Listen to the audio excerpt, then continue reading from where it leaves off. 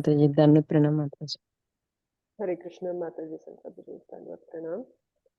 So మనం prayers చేసి భగవద్గీత శ్లోకాస్ నేను డిస్కస్ చేద్దాము. ఓం అజ్ఞానతిమిరాంధస్య జ్ఞానాంజనశలాకయా చక్షురున్మిలితం येन తస్మై శ్రీ గురవే నమః. శ్రీచైతన్యమనోభీష్టం స్థాపితం येन భూతలే స్వయం రూపः కదా మహ్యం దదాతి స్వపదాంతికం. వందేహం శ్రీగురోః శ్రీయుతాపదకమలం శ్రీగురూన్ వైష్ణవాంశ్చ శ్రీరూపం సాగ్రజాతం సహగణ రఘునాథాన్వితం తం సజీవం సాద్వైతం సావధూతం పరిజనసహితం కృష్ణచైతన్యదేవం శ్రీరాధాకృష్ణపాదాన్ సహగణ లలితా శ్రీవిశాఖాన్వితాంశ్చ నమో విష్ణుపాదాయ కృష్ణప్రేష్టాయ భూతలే శ్రీమతే భక్తివేదాంతస్వామినితి నామినే. నమస్తే సారస్వతే దేవే గౌరవాణి ప్రచారిణే నిర్విశేష శూన్యవాది పాశ్చాత్యదేశతారిణే. నమో మహావదన్యాయ కృష్ణ ప్రేమ ప్రదాయతే కృష్ణాయ కృష్ణ చైతన్య నామ్నే గౌరత్విషే నమః. हे कृष्ण करुणा सिंधु दीनबंधो जगत्पते गोपेश गोपिका कांत राधा कांत नमोस्तुते. तप्त कांचन गौरांगी राधे वृंदावनेश्वरी वृषभानुसुते देवी प्रणमामि हरिप्रिये. वाञ्छाकल्पतरुभ्यश्च कृपा सिन्धुभ्य एव च पतितानां पावनेभ्यो वैष्णवेभ्यो नमो नमः. जय श्री कृष्ण चैतन्य प्रभु नित्यानंद श्री अद्वैत गदाधर श्रीवासादि गौर भक्त वृंद.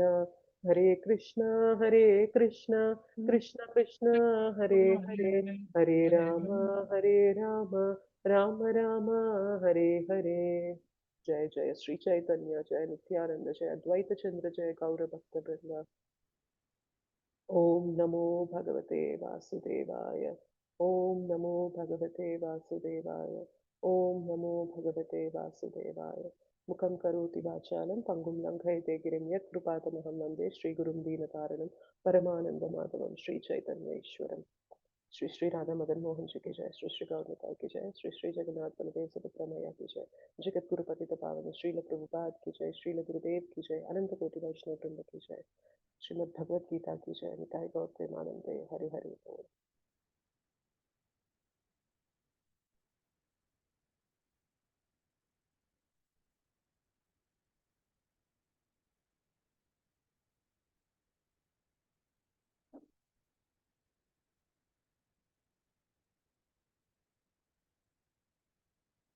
Yes.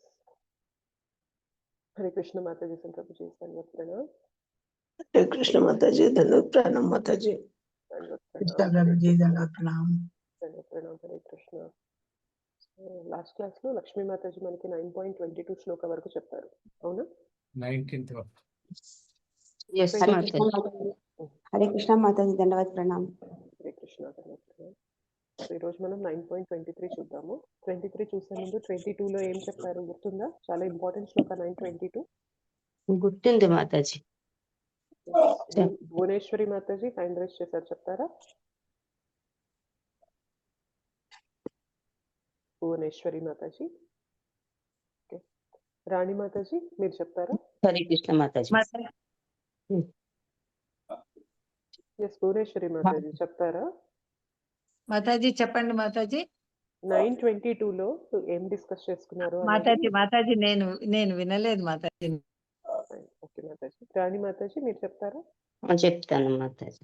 చెప్పండి. కృష్ణుడు చెప్తున్నారు మాతాజీ, నా అనన్య భక్తులకు చింతించవలసిన అవసరం లేదు. ఎవరైతే భక్తులు నిత్యము ఎప్పుడు ఎప్పుడు స్మరిస్తారో నిత్యము భజిస్తారో వారికి నేనే స్వయంగా భారాన్ని మోస్తాను మరియు వారికి ఏదైనా లేకపోతే సమకూరుస్తాను మరియు వారికి ఉన్నది కాపాడుతాను అని చెప్పారు మాతాజీ.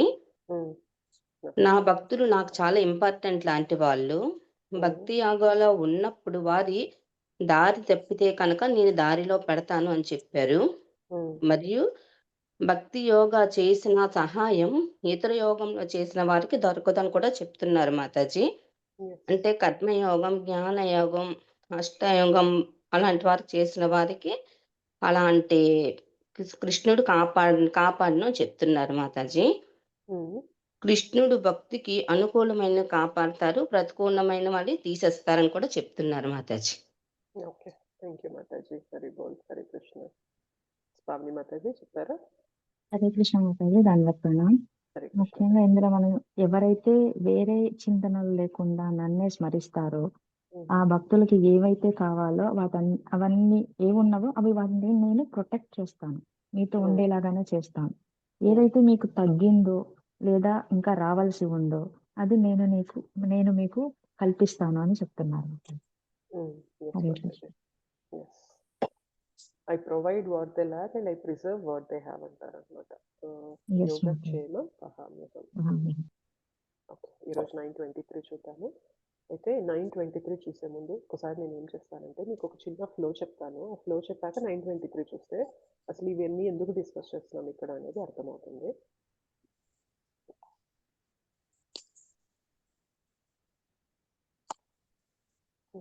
ఒక్కసారి 9:15లోకి వెళ్తే చాలా రోజులైంది మీరు డిస్కస్ చేసి చూసి కూడా. సో 9:15లో ఏం చెప్తున్నారంటే జ్ఞాన యజ్ఞేన చాప్యన్యే యజంతో మాముపాసతే ఏకత్వేన పృథక్వేన బహుదా విశ్వతో ముఖం.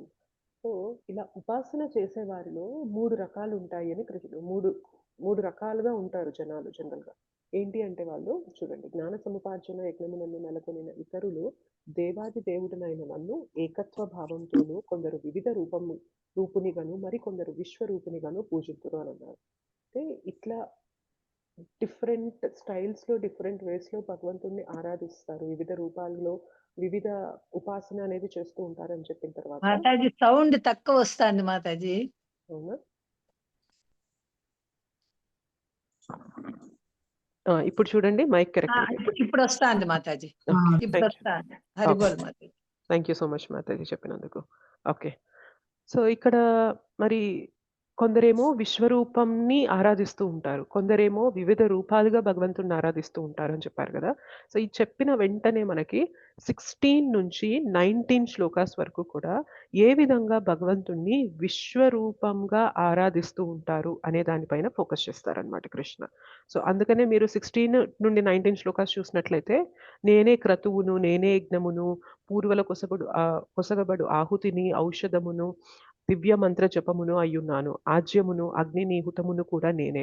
సో యజ్ఞయాగాది క్రతువుల్లో ఏవైతే చేస్తున్నారో అవంతా నేనే అని చెప్తున్నారు. ఇంకా ఈ జగత్తుకి తండ్రిని నేనే, తల్లిని నేనే, పోషకుడిని నేనే, పితామహుణ్ణి నేనే, జ్ఞాన లక్ష్యమును, పవిత్రుని చేయువాడును, ఓంకారమును నేనే, ఋగ్వేదమును, సామవేదమును, యజుర్వేదమును కూడా నేనే. సో మొత్తం మనకి జగత్తులో ఎవరెవరినైతే చూస్తూ ఉంటామో, ఏదేదైతే జ్ఞానం అనుకుంటూ ఉంటామో అదంతా కూడా నా నుండే వస్తుంది, నేనే అని చెప్తున్నారు. ఇంకా గమ్యమును, సో మీరు ఎక్కడికైతే చేరాలనుకుంటున్నారో మీ గతి నేనే, భర్త పోషకుడిని నేనే, ప్రభువుని నేనే, సాక్షిని నేనే, నివాసాన్ని నేనే, ఆశ్రయాన్ని నేనే, సో సన్నిహిత మిత్రుడను నేనే, నేనే సృష్టిని, ప్రళయమును, సర్వాధారమును, నిధానమును, నిత్యబీజమును అయి ఉన్నాను. సో ఇదంతా మీరు గమనించినట్లయితే విశ్వంలో ఏదైతే మనం పొందుతూ ఉంటామో అదంతా కూడా నా నుండే వస్తుంది, అదంతా నేనే అని భగవంతుడు చెప్తున్నారనమాట. ఇంకొకటి సో వేడి నొసగి వాడును నేనే, వర్షమును నిరోధించువాడును మరియు కురిపించువాడును నేనే, అమృతత్వమును మరియు మృత్యువును నేనే, సత్తసత్తుల రెండు నాయందే కలవు. సో జగత్తులో ఈ విశ్వంలో మనం చూసే ప్రతిదీ కూడా భగవంతుడే అని చెప్పి కొన్ని సూచనలు అనేవి మనకి ఈ శ్లోకాస్లో ఇచ్చారు. సో 19 దాకా అయిపోయింది కదా. 20 నుండి మనకి ఏం చెప్తారంటే కృష్ణ ఏ విధంగా మనకి వివిధ రూపాల్లో భగవంతుని ఆరాధించేవారు ఉంటారో వారి గురించి 20 నుంచి 25 శ్లోకాస్లో చెప్తున్నారనమాట. సో వివిధ రూపాల్లో భగవంతుని ఆరాధించడం అంటే ఏంటి అంటే మనకి దేవీ దేవతల ఆరాధన గురించి 20 నుంచి 25 శ్లోకాస్ వరకు చెప్తున్నారు. క్లియర్ ఉందా? 15th శ్లోకాల్లో మనకి ఏ విధంగా ఉపాసన చేస్తారు, డిఫరెంట్ కేటగిరీస్ ఏంటి అని చెప్పి అందులో విశ్వరూప ఆరాధన కూడా చేసేవారు ఉంటారు అని 16 నుండి 19 శ్లోకాస్ మనకి ఏ విధంగా భగవంతుడిని విశ్వరూప ఆరాధన చేస్తున్నప్పుడు అన్నిటినీ నేనే అని భగవంతుడు కొన్ని సూచనగా ఈ 3 శ్లోకాల్లో మనకి ఇచ్చారు. 16, 17, 18, 19 4 శ్లోకాస్లో ఇచ్చారు. అండ్ 20-25 వరకు ఏ విధంగా భగవంతుడిని వివిధ రూపాల్లో ఆరాధించేవారు ఉంటారు అని చెప్తూ, వివిధ రూపాల్లో ఆరాధన అంటే మనకి దేవీ దేవతల ఆరాధన గురించి చెప్తున్నారనమాట. ఓకే. ఆల్రెడీ ఇవి మీరు డిస్కస్ చేశారు గత క్లాసెస్‌లో. బట్ కనెక్టివిటీ ఉంటుందని చెప్పి నేను మళ్ళీ వెనక్కెళ్ళి చెప్తున్నాను. సో 9:20లో ఏం చెప్తున్నారు చూడండి. స్వర్గలోకములను వాంఛిస్తూ వేదాధ్యయమును చేయువారు మరియు సోమరసమును పానము చేయువారు పరోక్షముగా నన్నే పూజింతురు. సో ఎవరైతే ఇలా స్వర్గలోకాలకి వెళ్ళాలి అని ప్రయత్నం చేస్తున్నారో, సోమరస పానం చేయాలి, సో ఇట్లా పాపాలన్నిటి నుండి బయటపడాలి అని ఎవరైతే బేసిక్‌గా వేదాధ్యయనం చేస్తున్నారో, వీళ్ళంతా కూడా పరోక్షంగా నన్నే పూజిస్తున్నారని చెప్తున్నారు. పాప ఫలితముల నుండి పవిత్రులై అట్టివారు పుణ్యలోకమైన ఇంద్రలోకమును పొంది దేవభోగములను అనుభవిస్తున్నారు అని చెప్తున్నారు. సో ఎవరైతే వేదాలని ఆశ్రయించి స్వర్గలోకాలకి వెళ్ళాలి అని ప్రయత్నం చేస్తున్నారో, ఆ ప్రయత్నంలో కూడా మీరు దేవీ దేవతల ఆరాధన చేస్తున్నప్పటికీ ఆ ఆరాధన కూడా పరోక్షంగా నాకే చెందుతుంది అని భగవంతుడు చెప్తున్నారనమాట. ఓకే. ఇంకా ఈ విధముగా విస్తృతమైన స్వర్గలోక భోగములను అనుభవించి తమ పుణ్య కార్యముల ఫలము క్షీణించినంతనే వారు భూలోకమున తిరిగి వస్తురు. ఈ విధముగా త్రివేదముల సిద్ధాంతములను అనుసరించుట ద్వారా ఇంద్రియ భోగములను వాంఛించు వారు కేవలము జనన మరణములనే మరలా మరలా పొందుతురు. సో ఎవరైతే ఇంత ప్రయత్నం చేసి వేదాల్లో స్వర్గలోకాలకు వెళ్ళడానికి ఎటువంటి క్రతువులు ఇచ్చారో అవన్నీ కష్టపడి చేసిన తర్వాత వెళ్తున్నారు. వెళ్ళి అక్కడ కొంతకాలం వారికి ఏదైతే క్రెడిట్స్ ఉంటాయో, వారు ఏదైతే ఆర్జించి ఉంటారో పుణ్యం అనేది, ఆ పుణ్యం ఉన్నంత కాలం అక్కడికి వెళ్ళి మన first class sense gratification enjoy చేస్తారనమాట అక్కడికి వెళ్ళాక. సో ఏంటి అంటే ఇంక అక్కడికి వెళ్ళాక సుఖభోగాలనేవి ఇంకా అపరిమితంగా ఉంటాయి స్వర్గలోకాల్లో. సో అక్కడికి వెళ్ళిపోయాక ఎప్పుడైతే సుఖభోగాలు అనుభవిస్తారో, అనుభవిస్తున్నప్పుడు ఏమవుతుంది, మనం ఒక హోటల్లోకి వెళ్ళి ఉండాలనుకోండి, ఏమవుతుంది, నేను నా జేబులో 10,000 ఉన్నాయి. 10,000 పెట్టుకొని హోటల్‌కెళ్ళాను. నాకు అక్కడ మంచి ఫెసిలిటీస్ ఇస్తున్నారు.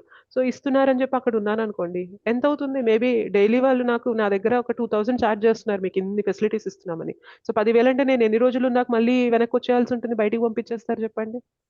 5 days 5 మాత్రమే. రోజులు 5 డేస్ అయిపోయాక 5 డేస్ అయిపోయాక ఇంకొక రోజు ఉంటానన్నా గానీ ప్రసక్తే లేదు. నువ్వు ఎంతైతే ఇచ్చావో అది ఇంతవరకే ఉంటుంది అని చెప్పి పంపించేస్తారు. సో స్వర్గలోక ప్రాప్తి కూడా అంతే అన్నమాట. మనం ఎంతైతే పుణ్యం సంపాదించామో అంతవరకు మాత్రమే అక్కడుంటాం. అక్కడుండి సుఖభోగాలనేవి మంచి హై స్థాయిలో అనుభవిస్తాం. అయిపోయాక ఏమవుతుంది అంటే, నీ పుణ్యం అయిపోయింది నాన్న, ఇంక నువ్వు ఇక్కడ ఉండడానికి కుదరదు. యువర్ లిమిట్ ఈస్ ఎగ్జాస్టెడ్ అని చెప్పి పంపించేస్తారనమాట. మళ్ళీ ఈ మధ్యలోకాలకి పంపించేస్తారు. సో కృష్ణ చెప్తున్నారనమాట, ఇంత కష్టపడి ఇంత వేదాల్లో ఇచ్చిన ఇన్ని ప్రయోజనాలు, అంటే ఇంత క్రతువులు, ఇన్ని యజ్ఞ యాగాది క్రతువులన్నీ చేసి కూడా మీరు స్వర్గలోక ప్రాప్తి పొందినప్పటికీ కూడా అక్కడ మీ క్రెడిట్స్ అయిపోయాక తిరిగి మళ్ళీ ఈ ధామానికి వచ్చేయాల్సి ఉంటుంది. ఈ ధామానికంటే బేసిక్‌గా ఈ మన భూలోకాలకి మధ్యలో ఉండే లోకాలకి వచ్చేస్తామనమాట. మనకి లోకాలు 3 లోకాలుంటాయి. ఉన్నతమైన లోకాలు, మధ్య లోకాలు, ఇంకొకటి నిమ్న లోకాలుంటాయన్నమాట. సో మనం ఎక్కడున్నామంటే ఈ మధ్య స్థాయి లోకాల్లో ఉన్నాం మానవ జన్మ తీసుకున్నప్పుడు. మనం వేదాధ్యయనం చేసి మనకి స్వర్గలోకాలకి వెళ్ళడానికి ఏవైతే అక్కడ ప్రాసెస్ ఇచ్చారో అది చేసుకున్నప్పుడు ఇక్కడి నుండి పైకెళ్తాం. పైకెళ్ళే కొద్దీ సుఖాలనేవి పెరుగుతూ ఉంటాయి.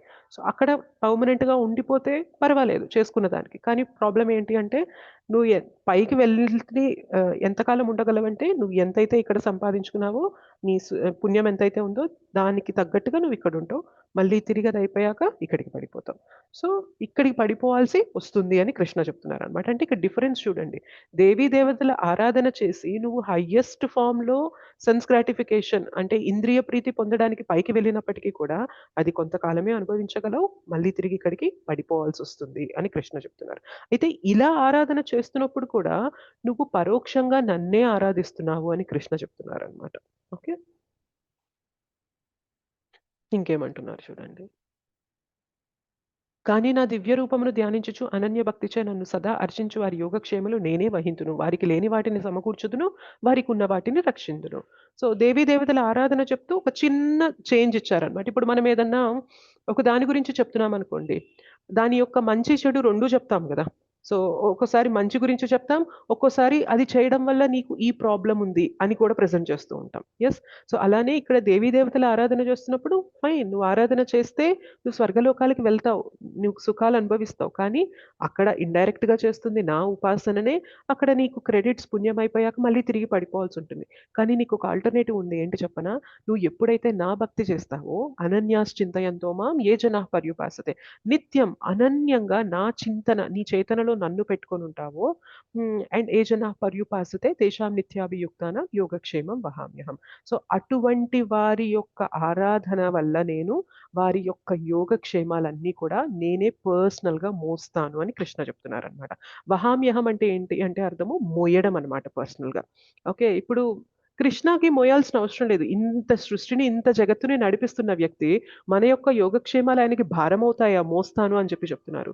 కానీ అక్కడ ఎలా అర్థం చేసుకోవాలంటే, ఒకవేళ నీ యోగక్షేమాలు పెద్దవి అయినప్పటికీ కూడా అవి నేనే పర్సనల్‌గా మోస్తాను అని కృష్ణ ఇంటెన్షన్ అనమాట.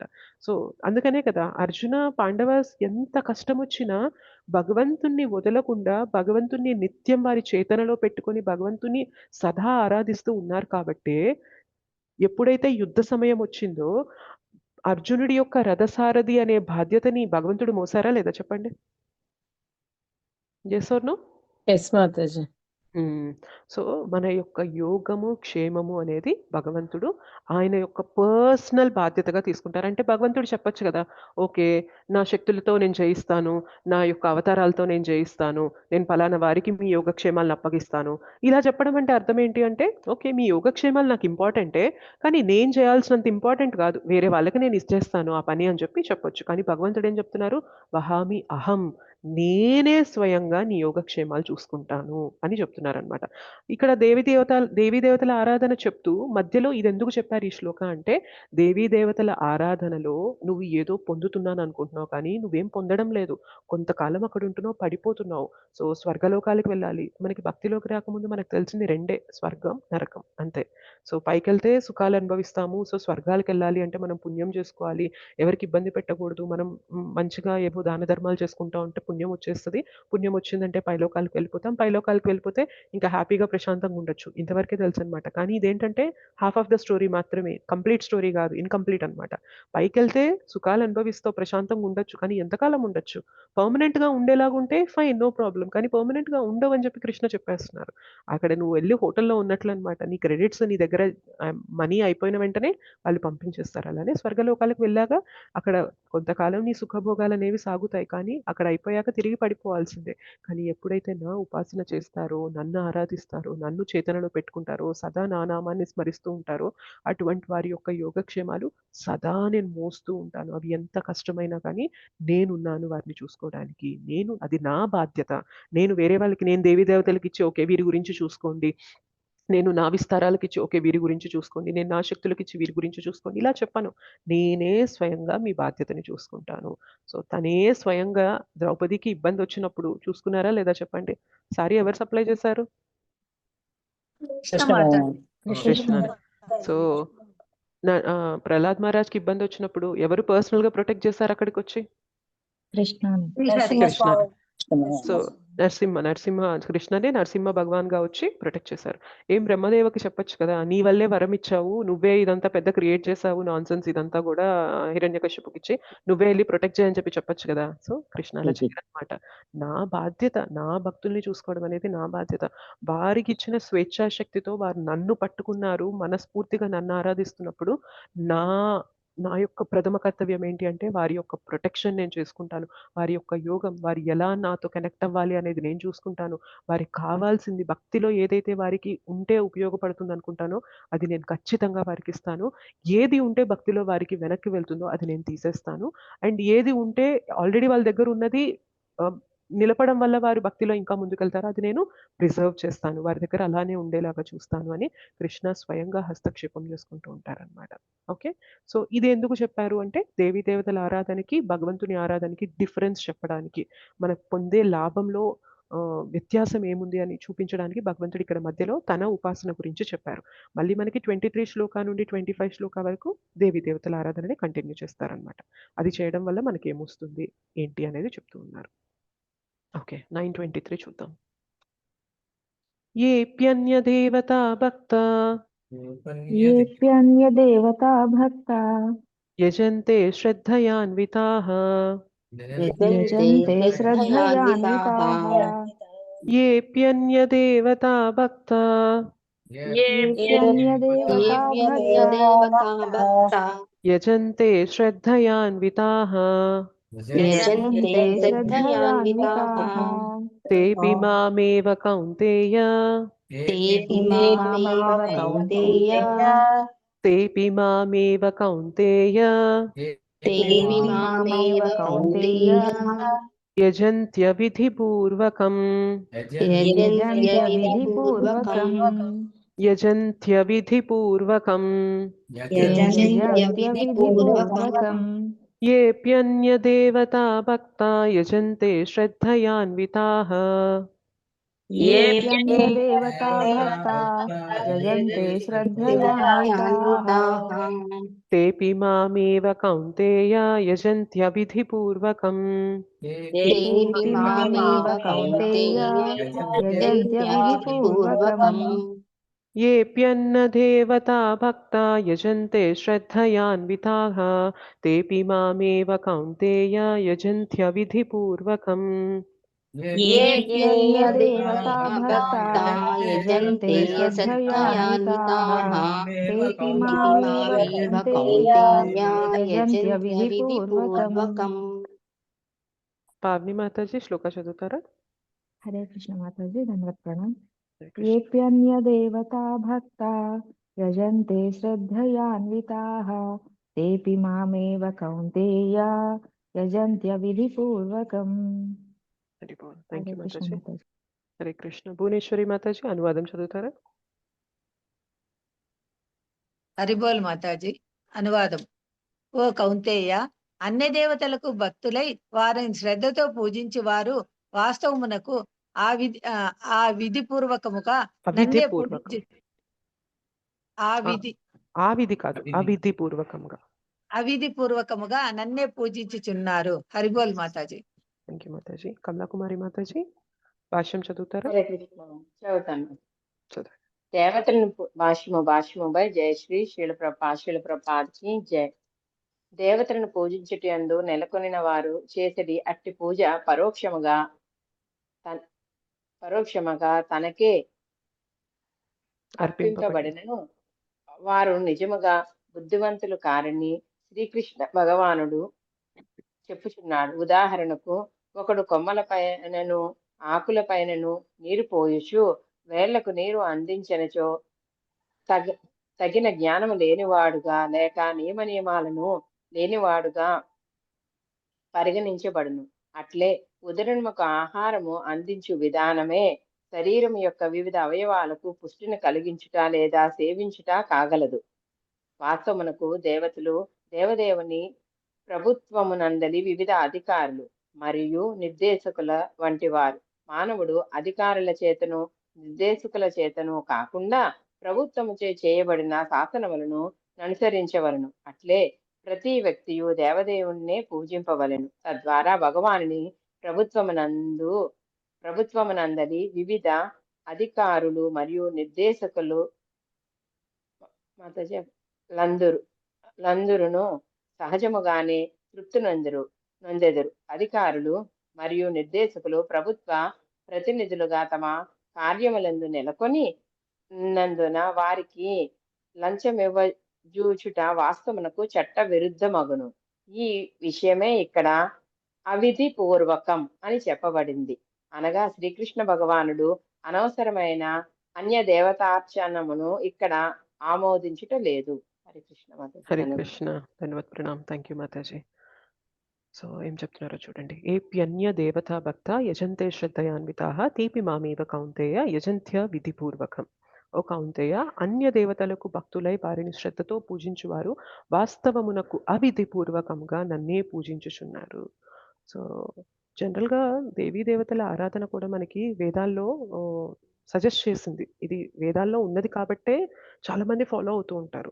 అయితే ఇది దేవీ దేవతల ఆరాధన ఏంటి అంటే హైయెస్ట్ ఇంటెలిజెన్స్ ఎక్కువ ఉన్న వ్యక్తి చేసేది కాదనమాట. దేవీ దేవతల ఆరాధన ఇప్పుడు మనకి భగవంతుడు ఎవరో తెలియనంత వరకు కూడా దేవీ దేవతల ఆరాధన అనేది ఎప్పుడు కూడా ఉత్తమమైనది.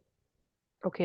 మనకి సుప్రీం లార్డ్ ఎవరు, దేవాది దేవుడు ఎవరు అని తెలియనంత వరకు దేవీ దేవతల ఆరాధన మనల్ని ఎప్పుడు కూడా మంచి మార్గంలో, సక్రమమైన మార్గంలోనే తీసుకెళ్తుంది. కానీ దేవాది దేవుడు ఎవరు అని తెలిసిన తర్వాత కూడా దేవీ దేవతల ఆరాధనని వదలకుండా కొందరు ఉంటూ ఉంటారనమాట. సో వారేంటి అంటే వారి కోసం భగవంతుడు చెప్తున్నారు ఏంటి అంటే, మీరు అలా దేవీ దేవతల ఆరాధన చేస్తున్నప్పటికీ కూడా అది పరోక్షంగా నాకే చెందుతుందని ఇంతకుముందు శ్లోకాల్లో చెప్పారు. అండ్ ఇది అవిధి పూర్వకం అని కూడా చెప్తున్నారనమాట. ఎందుకు ఇలా అవిధి పూర్వకం అని చెప్తున్నారంటే, మనకి ఈ దేవీ దేవతలకి శక్తి ఎక్కడి నుండి వస్తుంది మన యొక్క కోరికల్ని తీర్చడానికి అనే జ్ఞానం ఎప్పుడైతే తెలుస్తుందో ఆటోమేటిక్గా అర్థమవుతుందన్నమాట. ఓకే, దేవీ దేవతలకి స్వయంగా వారికి ఏం శక్తి లేదు, వారు కూడా మనలాంటి వారే, ఇంకొంచెం ఎక్కువ శక్తులు కలిగి ఉన్నవారు. కానీ ఈ శక్తులకి వెనక మూలం ఎవరు అని తెలుసుకున్న వ్యక్తి ఎవరు అంటే ఇంటెలిజెన్స్ కలిగిన వ్యక్తి అనమాట. బాగా జ్ఞానం కలిగిన వ్యక్తి. సో ఆయనకి ఏమర్థమవుతుంది అంటే ఈ దేవీ దేవతలు కూడా కొన్నిటికి కట్టుబడి ఉన్నారు. అండ్ ఈ వీరి యొక్క శక్తులు, పవర్స్ అన్నీ కూడా భగవంతుడు, ఇంకొక పర్సన్ ఉన్నారు, ఆయన నుండి వస్తున్నాయి వీరికి శక్తులు. లేదంటే వీరు కూడా మనలాంటి వ్యక్తులు తప్ప పెద్ద తేడా ఏం లేదు అని మనం అర్థం చేసుకోవచ్చు. సో వీరికి ఏంటి అంటే ఆ శక్తులు, మన జగత్తుని నడిపించడానికి ఏవైతే పవర్స్ కావాలో ఆ పవర్స్ అన్నీ కూడా కృష్ణ ఇచ్చారు కాబట్టే వీరు చేయగలుగుతున్నారు. సో బేసిక్గా ఏంటి అంటే ఏం చెప్తారంటే, ఇప్పుడు మనకి బాగా భోగాలని అనుభవించాలి అనే కోరిక ఉందనుకోండి, అది ఒక category. I want to do lot of enjoyment, ఇది ఒక కేటగిరీ. ఇంకొకళ్ళు ఏంటి అంటే నేను ఈ కేటగిరీలో లేను, అంటే నాకు ఓకే ఎవరిపైననో అధికారం చలాయించాలి, అనుభవించాలి అనే కోరిక లేదు, నేను కంప్లీట్గా భగవంతునికి శరణాగతులు అవుతాను అనేది ఇంకొక కేటగిరీ. సో వీళ్ళెవరు చెప్పండి, నాకేం సొంతగా అభిలాషలు ఏం లేవు, నేను కంప్లీట్గా భగవంతునికి శరణు పొందుతాను అనే కేటగిరీ ఎవరు చెప్పండి, శుద్ధ భక్తులు. ఇక్కడ ఏంటి అంటే ప్రతిదీ కూడా నాకు నచ్చినట్టు జరగాలి, నా డూవర్షిప్ అంటే నేను లార్డ్ చేయాలి, నేను అన్నిటికీ ప్రభు అవ్వాలి, నేను అంతా ఎంజాయ్ చేయాలి. ఈ కేటగిరీ ఏంటి అంటే బాగా భౌతికంగా ఉండే వ్యక్తుల యొక్క కేటగిరీ అన్నమాట. అయితే మధ్యలో ఇంకొక క్లాస్ ఉంటారనమాట. ఇదొక క్లాస్ ఆఫ్ పీపుల్, అంటే ఇదొక రకం జనాలు, ఇదొక రకం వ్యక్తులు అనుకున్నట్లయితే మధ్యలో ఇంకొక రకం వ్యక్తులు ఎలా ఉంటారంటే, ఓకే నాకు కొన్నిటిపైన ఇంకా నేను వాటిని నడిపించాలి, వాటికి నేను ప్రభువుగా ఉండాలి అనే కోరిక ఉంది, దాంతోపాటు నేను భగవంతుని సేవ కూడా చేయాలి అనే కోరిక ఉంది. సో 2 ఉన్నాయనుకోండి, వీరేమవుతారంటే దేవీ దేవతల కిందకు వస్తారనమాట. సో బేసిక్గా వీళ్ళు ఏం చేస్తున్నారు, ఇప్పుడు ఇంద్రుడు ఉన్నారనుకోండి, మొత్తం దేవతలందరికీ కూడా ఆయన రాజుగా ఉన్నారు, అండ్ వర్షాలన్నీ కూడా ఇంద్రుని ప్రమేయం వల్లనే కలుగుతూ ఉంటాయి. వరుణుడు ఉన్నారనుకోండి, అన్ని వాటర్ బాడీస్ ఎక్కడెక్కడైతే నీటి యొక్క శాఖలు ఉంటాయో వాటన్నిటికీ కూడా ప్రభువు వరుణదేవుడు. అలానే అగ్ని ఉన్నారనుకోండి, అగ్నికి సంబంధించిన దానికంతా కూడా పవర్ అనేది అగ్నిదేవుడి దగ్గర ఉంటుంది, వాయువు అట్లానే. సో ఇంద్రుడు అట్లానే, చంద్రుడు అట్లానే, సూర్యుడు అలానే, వీళ్ళందరికీ ఏంటి అంటే ఒక్కొక్క పవర్స్ ఇచ్చారనమాట. సో వీళ్ళు ఈ కేటగిరీని వాళ్ళు లార్డ్ చేయగలరు, వారు దానికి ప్రభువుగా ఉండగలరు అనమాట. దాంతోపాటు వారి యొక్క ఇంకొక కేటగిరీ ఏంటి అంటే వీరిది భగవంతుని సేవగా కూడా చేస్తూ ఉంటారనమాట. సో మధ్యలో ఉన్నారు, ఓకే నేను ఇదంతా నాకు ఇదిగా అనుభవించాలి అని మాత్రమే కాకుండా ఇది నేను భగవంతుని సేవగా కూడా చేయాలి అని అనుకుంటూ ఉంటారు. సో వీళ్ళు మనకి దేవీ దేవతల కేటగిరీలో వస్తారు. అర్థమవుతుందా? సో కొందరు ఏంటి అంటే నాకు ఏది వద్దు, నాకు నీ సేవనే కావాలి, అది శుద్ధ భక్తులు. కొందరు ఏంటి అంటే నాకు ఏది వద్దు, నాకు నా సుఖభోగాలే కావాలి, నేను చెప్పినట్టు నడుస్తూ ఉండాలి, ఇది ఇంకో కేటగిరీ. ఈ మధ్యలో ఏంటి అంటే ఓకే నాకు కొన్ని పవర్స్ కావాలి, నేను కొన్నిటిని లార్డ్ చేస్తూ ఉండాలి, కొన్నిటికి నేను ప్రభు అయ్యి నేను పాలన చేస్తూ ఉండాలి, దాంతోపాటు నేను భగవంతునికి చెందినవాడిని కాబట్టి భగవంతుని సేవ కూడా చేస్తూ ఉండాలి. సో మధ్యస్థంగా ఉన్నారు కాబట్టి భగవంతుడు ఏం చేస్తారంటే, ఓకే మీ మనసులో కొన్నిటిని మీరు ప్రభువుగా ఉండి పాలించాలి అని కోరిక ఉంది కాబట్టి మీకు కొన్ని పవర్స్ ఇచ్చి మీకు కొన్ని బాధ్యతలు అనేవి ఇస్తూ ఉంటాను. అయితే మీకు ఇంకొక కోరిక కూడా ఉంది కదా, ఇది భగవత్ సేవగా చేయాలని, కాబట్టి మీరు ఏదైతే చేస్తూ ఉన్నారో అది నా సేవగా మీరు చేస్తూ ఉంటారు అని చెప్పి చెప్తారనమాట. సో అలా వాళ్ళు దేవీ దేవతల కేటగిరీ కిందకు వస్తారు. అర్థమైందా? క్లారిటీ వచ్చిందా మీకు? దేవీ దేవతలు అంటే ఎట్లా ఉంటారు అనేది. సో వారికి కొన్ని పవర్స్ ఉంటాయి. మనకి జనరల్ గా ఎలా ఉంటది అంటే భక్తిలో లేదు అనుకోండి, పవర్స్ వస్తే ఏం చేస్తాం, ఎవరి యొక్క మంచిని మనం లెక్క చేయమనమాట. మనకెవరైనా మంచి చెప్తున్నారనుకోండి, ఇలా కాదు ఇలా అని మనం లెక్క చేయం. నా చేతిలో పవర్స్ ఉన్నాయి, నాకు నచ్చినట్టు నేనుంటా అంటాం. కానీ దేవి దేవతలు అలా కాదనమాట. వారి పవర్స్ ఉన్నా కూడా వారు భగవంతుని యొక్క ఇన్‌స్ట్రక్షన్స్ మేరకు కట్టుబడి ఉంటారనమాట. అండ్ ఆ శక్తి కూడా వారికి భగవంతుడి నుండి వచ్చింది అని వారు ఎరిగి ఉంటారు. అండ్ చేసేది కూడా భగవత్ సేవగా, ఓకే, భగవంతుడు ఈ టైంలో ఇలా చేయమన్నారు. పలానా వారు ఈ యజ్ఞయాగాది క్రతువులు చేస్తే ఈ విధంగా వారికి బ్లెస్సింగ్ ఇవ్వమన్నారు. సో, అలా వారు కట్టుబడి భగవత్ సేవగా చేస్తూ ఉంటారనమాట దేవీ దేవతలు. కానీ ఎప్పుడైతే వీరు కొంచెం తొట్రుపాటు పడి, ఓకే, ఇదంతా నా వల్లనే జరుగుతుంది, భగవంతుడు ఏం లేడు అని ఎప్పుడైతే ఫీల్ అవుతారో, భగవంతుడు వారికి లెసన్ కూడా చెప్తారనమాట. దీనికి ఎగ్జాంపుల్ చెప్పగలరా ఏదన్నా లీల మీరు? ఇంద్రుడు మాతాజీ, గోవర్ధన్ కరెక్ట్. గోవర్ధన్ లీల జరిగినప్పుడు ఏమవుతుంది? సో, ఇంద్రుడు మర్చిపోతాడనమాట. ఓకే, మొత్తం నాకే, వారు ఏదైతే అర్పిస్తున్నారో అదంతా నాకే చెందుతుంది. నా వల్లనే వీరి జీవితం ఆధారపడి ఉంది. నా పైననే వీరు ఇదై ఉన్నారు అని చెప్పి ఆయన ఆ హ్యూమిలిటీ అనేది పోయిందనమాట. సో, గర్వం వచ్చేసరికి ఏం చేస్తారు కృష్ణ? మీరు ఏదైతే ఆఫర్ చేయాలనుకుంటున్నారో అది ఆఫర్ చేయడానికి వీల్లేదు. మొత్తం నాకే ఆఫర్ చేయండి. నాకే అంటే బేసిక్‌గా గోవర్ధన్ గిరికి ఆఫర్ చేయండి. గోవర్ధన్‌లో కూడా గోవర్ధన్ కూడా నేనే. నా భక్తుడు ప్లస్ నేనే అని కూడా చెప్పి, అది నేను తీసుకుంటాను. మీరిచ్చే ఆఫరింగ్స్ అన్నీ కూడా నేను యాక్సెప్ట్ చేస్తాను అని చెప్పి ఇంద్రుడి గర్వం అనేది అక్కడ అనుస్తారనమాట కృష్ణ. సో, బేసిక్‌గా దేవీ దేవతలు ఎప్పుడు కూడా ఎలా ఉండాలి అంటే, వారి యొక్క భావన ఎలా ఉంటుందంటే, నేను కొంత అధికారం చేస్తూ ఉంటాను. అయినప్పటికీ కూడా అధికారం అనేది నేను భగవంతుని ప్రీత్యార్థం చేస్తూ ఉంటాను. నాకు కోరిక ఉంది కాబట్టి భగవంతుడు నాకు ఈ సేవ ఇచ్చారు అని చెప్పి వారు ఆ ఇదిగా దేవీ దేవతలు అనేవారు ఉంటారనమాట. సో, ఇప్పుడు చూడండి, మరి దేవీ దేవతలని మనం ప్లీజ్ చేయడానికి ఏదన్నా చేశామనుకోండి, మరి వారికి ఆ శక్తి ఎక్కడి నుండి వస్తుందని తెలుసుకున్నాం చెప్పండి ఇప్పుడు? భగవంతుడి నుంచి భగవంతుడి నుండే వస్తుంది. కృష్ణుడి నుండే వస్తుంది. భగవంతుడి నుండే వస్తుంది. తెలివైన వ్యక్తి ఏం చేయాలి? ఈ మధ్యలో ఉన్న వ్యక్తి దగ్గరికెళ్ళి వీరిని సంతృప్తి పరిచి మనం మన కోరికలు తీర్చుకోవాలని చూడాలా? వీరి పైన ఎవరైతే ఉన్నారో వీరు ఎవరికి రిపోర్ట్ చేస్తూ వీరి శక్తులు ఎవరి నుండి వస్తున్నాయో వారి దగ్గరికి వెళ్ళిపోయి మనం ఆరాధించాలా చెప్పండి? డైరెక్ట్ గా కృష్ణ దగ్గరికి దగ్గరికి వెళ్ళి ఆరాధించండి. ఎగ్జాక్ట్‌లీ. అందుకనే కృష్ణ ఏం చెప్తారంటే, ఈ దేవీ దేవతల ఆరాధన అనేది అవిధిపూర్వకం. అవిధిపూర్వకం ఎప్పుడవుతుంది అంటే, దేవాది దేవుడు ఎవరో తెలిసిన తర్వాత కూడా దేవీ దేవతల ఆరాధన చేస్తూ ఉంటే అవిధిపూర్వకం అవుతుంది. కొందరుంటారు, వారికి దేవాది దేవుడు ఎవరో తెలియదు. కానీ వేదాల్లో దేవీ దేవతల్ని ఆరాధించమన్నారు కాబట్టి ఆ విధంగా వెళ్తూ ఉంటారు. అప్పుడు వాళ్ళేంటి అంటే, okay, they are in the process. ఇంకా తెలుసుకుంటున్నారు. ఇంకా పై స్థాయి ఏంటి అనేది తెలుసుకుంటున్నారు అని మనం ఓపికగా ఉండాలి తప్ప, మనం అట్లాంటి వారి దగ్గరికెళ్ళి, మీరేంటి ఇట్లా దేవీ దేవతల ఆరాధన చేస్తూ ఉంటారు, అసలు ఇదంతా వేస్ట్, భగవద్గీతలో చెప్పారు భగవంతుడు, ఇదంతా ఇంటెలిజెన్స్ లేని వాళ్ళు చేస్తారు అని చెప్పారు, తక్కువ ఇంటెలిజెన్స్ ఉన్న వాళ్ళు చేస్తారని చెప్పామనుకోండి, వారి ఫెయిత్ అనేది డిస్టర్బ్ అయిపోతుందనమాట. వారి యొక్క శ్రద్ధ అనేది పోతుంది.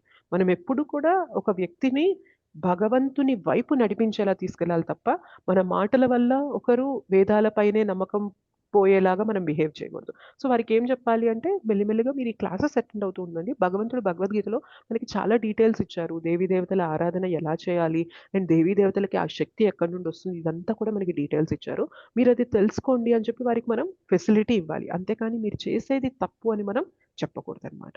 కానీ మనం తెలుసుకున్న తర్వాత ఏం చేయాలి అంటే, మనకొక క్లారిటీ వచ్చేసుండాలి. ఓకే, కొందరికి ఏం డౌట్ వస్తది అంటే, ఓకే, నేను కృష్ణని ఆరాధిస్తున్నాను కానీ, ఒకప్పుడు నేను ఈ దేవీ దేవతని ఆరాధించేదాన్ని, ఆ దేవీ దేవతని ఆరాధించేదాన్ని. మరిప్పుడు వారికి చేయడం లేదు గదా! వారికి కోపం వచ్చేస్తుందేమో. ఇట్లాంటి క్వెషన్స్ వస్తాయా లేదా చెప్పండి భక్తిలోకొచ్చాక ఇనీషియల్‌గా? వస్తాయి వస్తాయి మాతాజీ. మాతాజీ. కానీ ఈ జ్ఞానం తీసుకున్న తర్వాత కూడా ఆ క్వెషన్ వస్తదా? రాదు రాదు రాకూడదు. మాతాజీ. రాకూడదనమాట. వచ్చింది అంటే మాత్రం సమ్‌వేర్ మనం సరిగ్గా క్లాస్ విననట్లు, తెలుసుకోనట్లే అని అర్థం జేసుకోవాలి. సో, దేవీ దేవతలకి కోపం వస్తుంది అంటే, కోపం మన ఆరాధన చెయ్యకపోవడం వల్ల కోపం అనేది ఓకే, అది పక్కన పెట్టండి. కానీ మనం వారి స్వామి దగ్గరికే వెళ్లి వారిని ఆరాధిస్తున్నప్పుడు దేవీ దేవతలకు కోపం ఎందుకొస్తుంది? వాళ్ళకి కోపమే రాదనమాట. అండ్ మోరోవర్ మనకి 33,00,00,000 దేవీ దేవతలు ఉన్నప్పటికీ మనం అందరిని ఆరాధిస్తున్నామా? లేదు. మనం కొంతమందిని మాత్రమే ఆరాధన చేస్తున్నాం. మరి మిగిలిన వారికి ఒకప్పుడు కోపం వచ్చిందా? రాలేదు. మరి ఇప్పుడు భగవంతుడిని ఆరాధిస్తుండడం వల్ల వీళ్ళని వదిలేసాను, వీళ్ళని వదిలేసాను అని వీళ్ళకి కోపమొస్తుంది. ఇవాళ నా జీవితంలో కష్టమొచ్చిందంటే పలానా దేవీ దేవతకు కోపమొచ్చింది కాబట్టి నా జీవితంలో కష్టమొచ్చింది. ఇవన్నీ ఏంటంటే ఫూలిష్ అజంప్షన్స్ అన్నమాట. ఓకేనా? సో, మనం తెలివి లేని వ్యక్తి ఏం చేస్తారు చెప్పండి? చెట్టు దగ్గరికెళ్ళి నీరు పోయాలి అంటే, చిన్న పిల్లలకెళ్ళి వాటర్ ఇచ్చామనుకోండి, వారికి తెలీదనుకోండి, ఏం చేస్తారు? ఆకు పైన, పువ్వు పైన, మొగ్గ పైన, కొమ్మ పైన అన్నిటిపైన పోస్తూ ఉంటారనమాట. తల్లి గాని, తండ్రి గాని వెళ్లి చెప్పారనుకోండి, "లేదు నాన్న ఇంతసేపు అవసరం లేదు. సింపుల్ ప్రాసెస్ ఉంది. మొక్కకి వాటర్ పోయాలి అంటే, ఈ మగ్గు వాటర్ తీసుకొని నువ్వు వేర్ల దగ్గర పోయి, రూట్స్ దగ్గర పోయి, ఆ రూట్స్‌కి ఎలాంటి శక్తి ఉంటుంది అంటే, అక్కడి నుండి వాటర్ తీసుకొని మొత్తం ఈ చెట్టంతా కూడా వేర్ల పైనే ఆధారపడి ఉంటుంది కాబట్టి, ఆ వేర్ల నుండి కూడా మొత్తం చెట్టుకి పోషణ వెళ్తుంది" అని చెప్తారు. సో, జ్ఞానం తెలుసుకున్న వ్యక్తి ఏమవుతుంది అంటే, భగవంతుణ్ణి ఆరాధన చేస్తే మొత్తం అందరూ కూడా ఆయన పైనే ఆధారపడి ఉన్నారు కాబట్టి, అందరూ కూడా ప్లీజ్ అవుతారు అని తెలుసుకుంటారనమాట. జ్ఞానం లేదనుకోండి, లేదు ఇంకా ప్రాసెస్‌లో ఉన్నారు, తెలుసుకునే విధిలో ఉన్నారనుకోండి, వాళ్ళేం చేస్తూ ఉంటారంటే దేవీ దేవతల ఉపాసన, ఆరాధన అనేది చేస్తూ ఉంటారనమాట. ఓకేనా? అర్థమైందా? ఎందుకు భగవంతుడు అవిధిపూర్వకం అంటున్నారో? అవిధిపూర్వకం ఎందుకు అంటే, సాక్షాత్తు దేవాది దేవుడు ఎవరో తెలిసిన తర్వాత కూడా దేవీ దేవతలకి కోపం వస్తుందేమో, లేదు అంటే ఇంకొంతమంది ఎందుకు ఆరాధన చేస్తారు తెలుసా? దేవీ దేవతల దగ్గరికి వెళ్ళి నేను పలానా ఉపాసన చేస్తే నాకు ఫాస్ట్‌గా నా కోరికలు తీరిపోతాయి అని ఆరాధన చేసేవాళ్ళు కూడా ఉంటారు. అంటే దేవాది దేవుడి గురించి తెలిసిన తర్వాత కూడా దేవీ దేవతల దగ్గరికి వెళ్ళి నాకు ఆరోగ్యం కావాలి, నాకు పలానా మంచి భార్య కావాలి, మంచి భర్త కావాలి, మంచి పిల్లలు కావాలి, మంచి ధనం కావాలి, మంచి జ్ఞానం కావాలి, ఇట్లా వెళ్ళి ఆరాధన చేస్తున్నాం అనుకోండి, ఇది అవిధిపూర్వకం అనమాట. సో కృష్ణ చెప్తున్నారు, సకామ అకామ సర్వకామ మోక్షకామ ఉదారది తీవ్రేణ భక్తి యోగేన యజేత పురుషం పరం అంటారనమాట. అంటే నీకు ఏ కోరిక ఉన్నా కానీ నువ్వు నా దగ్గరికి రా, నేను చూసుకుంటా నీకు అది కోరిక మంచిదా కాదా ఏంటి అనేది నేను చూసుకొని, నీకు మంచిదైతే నేను ఖచ్చితంగా ఇస్తా. భగవంతుడు చెప్తున్నారు కదా, నన్ను ఆరాధన చేస్తున్నప్పుడు అనన్యాశ్చింతయంతో మాం ఏ జనా పర్యుపాసతే తేషాం నిత్యాభియుక్తానాం యోగక్షేమం వహామ్యహం. నువ్వు నా ఉపాసన చేస్తూ, నా ఆరాధన చేస్తూ, నన్ను నీ స్మరణలో పెట్టుకుంటున్నప్పుడు నీకు ఏదైతే మంచో అది నేను ఇస్తా, నీకేదైతే చెడో అది నువ్వు కావాలన్నా నేను తీసేస్తా. సో దేవుడు ఎలా అంటే, భగవంతుడు ఎలా ఉంటారంటే ఒక తల్లిదండ్రుల్లాగా ఉంటారనమాట. దేవీ దేవతలు ఎలా ఉంటారంటే ఒక షాప్ కీపర్ లాగా ఉంటారు. ఇప్పుడు చూడండి, ఒక బాబు బాగా అల్లరి చేస్తున్నాడు. నాకు చాక్లెట్ కావాలి, ఐస్ క్రీమ్ కావాలి అని అల్లరి చేస్తున్నాడు. క్లైమేట్ ఏమో చాలా చల్లగుంది. ఆల్రెడీ జలుబనేది ఉంది ఆ బాబుకి. సో, వాళ్ళ తల్లి దగ్గరికి వెళ్లి నాకు చాక్లెట్ కావాలి, ఐస్ క్రీమ్ కావాలి అంటే ఏమంటుంది చెప్పండి? తల్లి గాని, తండ్రి గాని ఏమంటారు? వద్దు, నీకు నో ఇప్పుడు చెప్తారు. జలుబుగా ఉంది కదా, తగ్గాక చేద్దామని చెప్తారు. తగ్గాక తిందాం. ఇప్పుడు నీకు ఇది మంచిది కాదు. ఇది తినడం వల్ల నీ కోరిక తీరుతుంది అనుకుంటున్నావేమో గానీ, కోరిక తీరడం అనేది పక్కన పెడితే, నీలో ఏదైతే వ్యాధి ఉందో, రోగం ఉందో అది పెరుగుతుంది. నువ్వు ఇంకా ఇబ్బందులు పడతావని చెప్పి మనకి క్లారిటీగా చెప్తారు. ఒకవేళ వినకపోతే ఏం చేస్తారు? ఒక దెబ్బ కొట్టైనా గానీ, ఇది నీకు మంచిది కాదు, నువ్వెంత కొట్టుకున్నా నేను నీకివ్వను అని చెప్తారా? చెప్పరా? చెప్పండి. అవును మాతాజీ, చెప్తారు అదే కదా. ఇప్పుడు షాప్ కీపర్ దగ్గరికి వెళ్ళిపోయి ఆ బాబు నా దగ్గర ₹10 ఉన్నాయని చెప్పి ₹10 షాప్ కీపర్ చేతిలో పెట్టారనుకోండి. షాప్ కీపర్ ఆలోచిస్తాడా? అయ్యో నాన్న, నీకు చాలా జలుబు చేసింది, నీకు ఇప్పుడు చాక్లెట్ ఇవ్వకూడదు, నీకు ఇది మంచిది కాదు, ఇదంతా ఆలోచిస్తాడా షాప్ కీపర్? ఆలోచించరు. ప్రాఫిట్ ఆలోచించరు. కోసం ఆలోచించరు. నువ్వు నాకు ₹10 ఇచ్చావు, ఇదో ₹10 వాళ్ళకి సంబంధించిన చాక్లెట్ ఇది, నువ్వు తీసేసుకో అంతే. సో, అది నీకు మంచిదా కాదా, ఈ టైంలో నీకు అది కరెక్టా కాదా అనే ఆలోచన అనేది షాప్ కీపర్‌కి ఉండదనమాట. నువ్విచ్చావు, తిరిగివ్వడం నా బాధ్యత. దేవీ దేవతల పరిస్థితి కూడా ఇలానే ఉంటుందనమాట.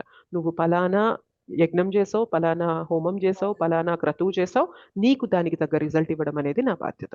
అందుకనే బ్రహ్మదేవుడు కూడా అంత తపస్సు చేశాక హిరణ్యకశ్యపు ఏదైతే కోరిక అడుగుతున్నాడో, అది తప్పని తెలిసినా కూడా నేను ఇవ్వను అనే శక్తి ఆయనకుందా చెప్పండి? లేదు. లేదు మాతాజీ. కట్టుబడిపోవాల్సిందే. ఇవ్వాల్సిందే. కానీ భగవంతుడు చూడండి, నువ్వు ఇప్పుడు మనకి ఏమంటారు, ధ్రువ మహారాజ్ విషయంలో భగవంతుడు కోరికొచ్చినప్పుడు అంటే, ఆయనకి వాళ్ళ నాన్న కన్నా, వాళ్ళ తాత కన్నా, వాళ్ళ ముత్తాత కన్నా పెద్ద రాజ్యం కావాలి అని కోరికొచ్చినప్పుడు ఆయన ఏం చేశాడు? భగవంతుని దగ్గరికే వెళ్ళిపోయారు. అంటే బేసిక్‌గా కోరిక కలిగినప్పుడు మనం ఎవరి దగ్గరికెళ్తున్నట్టు? షాప్ కీపర్ దగ్గరికి కాకుండా తల్లిదండ్రుల దగ్గరికి వెళ్తున్నట్టు. సో, భగవంతుని దగ్గరికి వెళ్ళినప్పుడు ఏమైంది? 6 నెలలు ఆయన ఎలా అయితే భగవంతుని ఉపాసన చేశారో, ఆ తర్వాత భగవంతుడు ప్రత్యక్షమయ్యాక అదే కోరిక ఉందా ఆయన మనస్సులో చెప్పండి? లేదు మాతాజీ. లేదు మాత. సింపుల్‌గా ఒకే మాట అంటారనమాట. అంటే నేను వజ్రాన్ని నా ఎదురుగా పెట్టుకొని నేను గాజు పెంకుల కోసం ఎతుకుతున్నాను కృష్ణ అని చెప్పంటారనమాట. సో, లోపల ప్యూరిఫికేషన్ జరిగిపోయిందా లేదా ఆలోచించండి. సో, కృష్ణ ఏం చేస్తారంటే మనకి ఏది మంచో, ఏది చెడో అనేది మనం భగవంతుని ఆరాధన చేస్తున్నప్పుడు మనకు అర్థమైపోతూ ఉంటుందన్నమాట. మనల్ని ప్యూరిఫై చేసేస్తూ ఉంటారనమాట భగవంతుడు. సో, అలా ప్యూరిఫై చేసేస్తున్నప్పుడు సాక్షాత్తు భగవంతుడే వచ్చి నేను నీకు ఇస్తానన్నా కానీ, నాకొద్దు కృష్ణ ఆ కోరికలు, నాకు మూర్ఖంగా నేను తెలివిలేక అట్లాంటి కోరికలు కోరాను తప్ప, నాకొద్దు, నాకు నీ దర్శనం ఇచ్చావు, ఇంతకన్నా నాకేం కావాలి అని చెప్పి మనం సరెండర్ అయిపోతామనమాట భగవంతునికి. సో, తల్లిదండ్రులు అలా ఉంటారనమాట. మనల్ని ప్యూరిఫై చేస్తారు. మనకి కష్టం అనిపించినా ఏమైనా కానీ అది మనకి మంచిది కాదు అంటే ఇవ్వరనమాట. కానీ ఇక్కడ భగవంతుని ఆరాధన చేస్తూ ఉంటే ఏమవుతుంది అంటే మనలోనే మార్పు వచ్చేస్తూ ఉంటుందన్నమాట. ఫలాంది మనకి మంచిది కాదు, ఇది కరెక్ట్ కాదు అనే ఆ ప్యూరిఫికేషన్ కూడా మనలో జరిగిపోతూ ఉంటుందన్నమాట. That is the difference between worshipping the supreme lord and worshipping the దేవీ దేవతాస్. భగవంతుని ఆరాధనలోను, దేవీ దేవతల ఆరాధనలోను ఇంత వ్యత్యాసం ఉందన్నమాట. సో, ఇంత తెలిసిన వ్యక్తి నాకు కోరిక ఉంది అని చెప్పి మళ్ళీ దేవీ దేవతల దగ్గరికి వెళ్తున్నారనుకోండి, ఇది అవిధిపూర్వకం అవుతుందా కాదా ఆలోచించండి. అవుతుంది మాతాజీ. అది కృష్ణ ఎందుకు ఇది అవిధిపూర్వకం చెప్తున్నారంటే, అరే నీకు ఏది మంచో ఏది చెడో ఎవ్వరికి తెలియదు, నాకే తెలుసు. ఎందుకంటే నువ్వు ఈ శరీరంలో ఉన్నంత వరకే నీ గురించి నీకు తెలుసు. ఈ శరీరం ముందు ఎన్ని జన్మలు తీసుకున్నావో, నువ్వు ఎటువంటి స్థితిలో ఉన్నావో ఇదంతా కూడా నాకు తెలుసు. సో, నీ కోరిక వల్ల నీకు మంచి జరుగుతుందా, చెడు జరుగుతుందా అనేది నాకు తెలుసు. సో, నువ్వు నా దగ్గరకు వచ్చావనుకో, ఆ కోరిక మంచిదైతే నేను నీకు ఇచ్చేస్తా. ఆ కోరిక చెడనుకో, ఆ కోరికని నీ మనసులో నుండి తీసేసే ఇది కూడా నేను నీకు ఇస్తాను అని భగవంతుడు చెప్తున్నారనమాట. లేదు ఇదంతా కాదు, నా కోరిక తీరడమే నాకు ముఖ్యం అని చెప్పి దేవీ దేవతలను ఆరాధించామనుకోండి, ఏమవుతుంది అంటే అది అవిధిపూర్వకం అయిపోతుంది. మన కోరిక మనం పొందుతాం, కానీ దానివల్ల ఏమవుతుంది, మన జీవితం పతనం వైపు వెళ్ళిపోతుంది అనమాట. కానీ భగవంతుని ఆరాధన చేసినప్పుడు ఏమవుతుంది, మనం ఎటువంటి కోరికైనా ఎక్స్ప్రెస్ చేయొచ్చు. కానీ కృష్ణ ఏం చేస్తారంటే, ఈ కోరిక నీకు మంచిదే, ఫైన్, నేను నీకు తీరుస్తా, దీనివల్ల నీకు ఉత్తమగతే చెందుతుంది, అట్లా అయితే ఇస్తారు. లేదా ఆ కోరిక మనకు మంచిది కాదనుకోండి, ఏడ్చి గీ పెట్టినా కూడా భగవంతుడు ఇవ్వడు అనమాట. నీవు ఏదైనా చెయ్యి, ఎందుకంటే నీకు కోరిక తీరడంలోనే ఆనందం ఉందని నువ్వు భ్రమలో బ్రతుకుతున్నావు. ఆ కోరిక ఇవ్వడం వల్ల నువ్వు ఇంకా ఎంత వెనక్కి వెళ్ళిపోతావు అనే విషయం నాకు తెలుసు. సో, అందుకనే కృష్ణాస్ ప్లాన్స్ అనేవి మనం కన్సీవ్ చేయలేమన్నమాట. మనం వాటిని తెగ్గొట్టలేమన్నమాట. కృష్ణ ఎప్పుడు కూడా మనకి మంచి చేయాలనే తపన పడుతూ ఉంటారన్నమాట. సుహృదం అని అంటారు కదా, అంటే నువ్వు నన్ను ఆరాధించినా ఆరాధించకపోయినా కూడా నీకు మంచి చేయాలని చూస్తూ ఉంటాను అని కృష్ణ యొక్క హృదయం అలా ఉంటుంది. అలాంటిది నువ్వు కృష్ణ దగ్గరికి వెళ్ళి ఒక కోరిక పెట్టుకొని వెళ్ళినప్పుడు అది మనకి మంచిది కాదనుకోండి, ఎంత ఏడ్చి గీయి పెట్టినా కానీ భగవంతుడు ఇవ్వరనమాట. కానీ భగవంతుడు ఏం చేయగలరంటే, ఆ కోరికలే మన హృదయంలో రాని స్థితికి మనల్ని తీసుకెళ్ళగలరనమాట. సో, అది మనకి భగవంతుని ఉపాసనలో దాగి ఉన్న రహస్యం అనమాట. అందుకని ఇక్కడ భగవంతుడు దాన్ని అవిధిపూర్వకం అంటున్నారు. దాంతోపాటు నువ్వు ఆరాధిస్తుంది కూడా పరోక్షంగా నన్నే ఆరాధిస్తున్నావు. పరోక్షంగా ఆరాధించే బదులు ప్రత్యక్షంగా నా దగ్గరికి రా, ప్రత్యక్షంగా వచ్చి నీకు ఏం కోరికలు ఉన్నాయో నాకు చెప్పు, నేను వింటా. విని పలాంది నీకు మంచిదమ్మా, పలాంది నీకు చెడమ్మా అని చెప్పి నేను నీకు చెప్తా. సో, దానివల్ల ఏమవుతుంది అంటే, నువ్వు ఎప్పుడు కూడా నీ కోరికల వల్ల నువ్వు పతనం చెందవు. పైపెచ్చు నువ్వు నా దగ్గరికి వచ్చావు కాబట్టి నువ్వు ప్యూరిఫై అయిపోయి నువ్వు ఇంకా ఉన్నతమైన స్థానాలకే వెళ్తావు తప్ప నీకు పతనం అనేది జరగదు అని చెప్పి భగవంతుడు చెప్తున్నారనమాట. అందుకనే అనన్యాశ్చింతయంతో మాం శ్లోక చెప్పాక మనకి మళ్ళీ దేవీ దేవతల ఆరాధన ఎందుకు చెప్తున్నారంటే, రెండు కాంట్రాస్ట్ ఏంటి, ఆ రెండింటి మధ్య వ్యత్యాసం ఏంటి అనేది భగవంతుడు మనకి చక్కగా ప్రెజెంట్ చేస్తున్నారనమాట. అర్థమైందా? క్లారిటీ వచ్చిందా? అర్థమైంది. ఓకే, నెక్స్ట్ ఇంకొక శ్లోక చూద్దాం. అహం హి సర్వయజ్ఞానాం భోక్తా చ ప్రభురేవ చ నతు మామభిజానంతి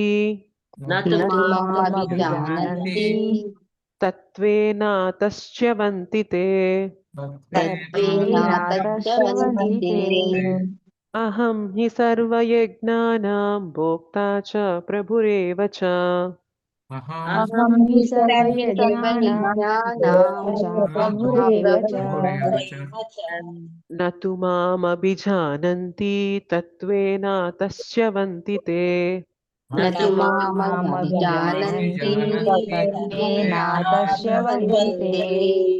అహం హి సర్వయజ్ఞానాం భోక్తా చ ప్రభురేవ చ నతు మామభిజానంతి తత్వేనాతశ్చ్యవంతి తే. అహం హి సర్వయజ్ఞానాం భోక్తా చ ప్రభురేవ చ నతు మామభిజానంతి తత్వేనాతశ్చ్యవంతి తే. భువనేశ్వరి మాతాజీ శ్లోక చదువుతారా? మాతా చదువుతాను మాతాజీ. హరిబోల్ చదవండి. మాతాజీ. చదవండి. అహం హి సర్వయజ్ఞానాం భోక్తా చ ప్రభురేవ చ నతు మామాభిజానంతి తత్వే నాతస్త్వవంతి తే. ఓకే. హరిబోల్ మాతాజీ. హరే కృష్ణ. మోహిని మాతాజీ అనువాదం చదువుతారా? చదువుతాను మాత. హరే కృష్ణ మాత. దండవత్ ప్రణామం. హరే ఓం కృష్ణ. నమో భగవతే వాసుదేవాయ. నేనే సర్వయజ్ఞములకు భోక్తను మరియు ప్రభువులను అయ్యున్నాను. అందుచే నా వాస్తవమైన దివ్య స్వభావమును గుర్తింపలేని వారు పతనమును చెందుదురు. హరే కృష్ణ మాత. హరే కృష్ణ. కల్పన మాతాజీ భాష్యం చదువుతారా? హరే కృష్ణ మాతాజీ. దండోత్ప్రణం. హరే కృష్ణ. తగ్గ భాష్యముపై శ్రీల ప్రభుపాద్. వైదిక గ్రంథములందు పలు విధములైన యజ్ఞాచరణములు నిర్దేశించబడి ఉన్నను. వాస్తవమునకు అవి అన్నియు దేవాది దేవుడైన శ్రీకృష్ణుని సంతృప్తి పరచుట కొరకే నిర్దేశించబడినవని ఇక్కడ స్పష్టంగా చెప్పబడినది. యజ్ఞమనగా విష్ణువు. భగవద్గీత 3.9లో యజ్ఞుడు లేదా విష్ణువు సంతృప్తి పరచుట కొరకై ప్రతి ఒక్కరూ కర్మ నొనరింపవలెనని స్పష్టంగా తెలుపబడినది. మానవ నాగరికతకు పరిపక్వ రూపమైన వర్ణాశ్రమ ధర్మము ప్రత్యేకించి విష్ణువును సంతృప్తి పరచుటకై కొంచెం పైకి ఉద్దేశించబడినది. కనుకనే శ్రీకృష్ణ భగవానుడు ఈ శ్లోకమున నేనే పరమ ప్రభువును కావున సర్వ యజ్ఞములకు నేనే భోక్తను అని పలుకుచున్నాడు. కాని మందబుద్ధులు ఈ సత్యము నెరగక తాత్కాలిక లాభముల కొరకై దేవతలను పూజింతురు. కనుక వారు భౌతిక జీవన స్థితికి పతనము చెంది ఎన్నడూనూ మానవ జన్మ యొక్క వాంఛిత లక్ష్యమును పొందజాలరు.